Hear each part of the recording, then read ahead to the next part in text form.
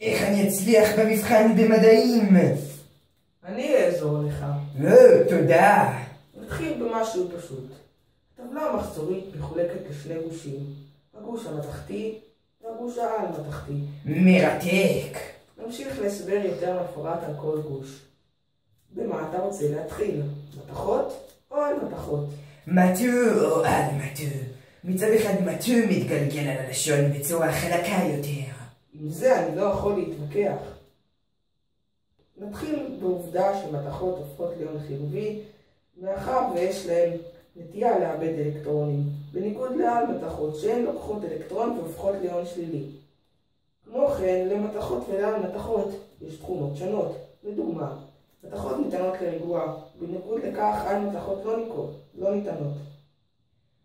בגלל זה החרב סייף שלי נשברה בגיל 3.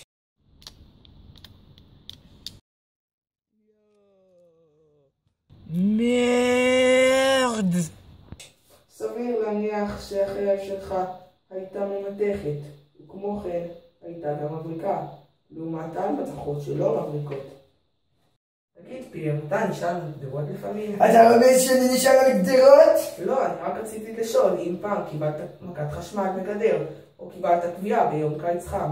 אני זוכר את היום האחרון הזה. תני לי לעזור לך, מון שרי. מרד! הבנת פייר? אני אשמח לסיכום של הדבר הזה. בשמחה. לסיכום, על מתכות ומתכות הם חומרים שונים מאוד.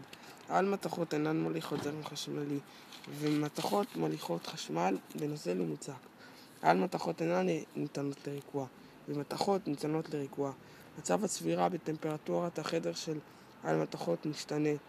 גז, נוזל או מוצק, ומתכות רובן מוצקות.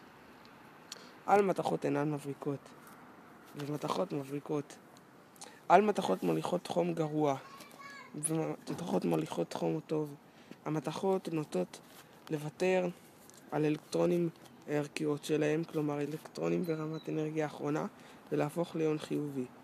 ואילו על מתכות נוטות לקבל אלקטרונים ולהפוך ליון שלילי.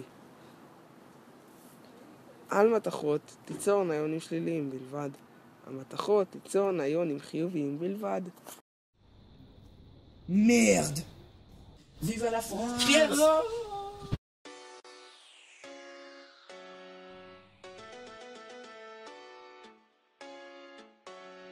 Viva la France!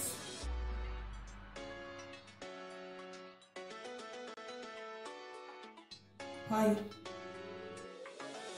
Bullseye.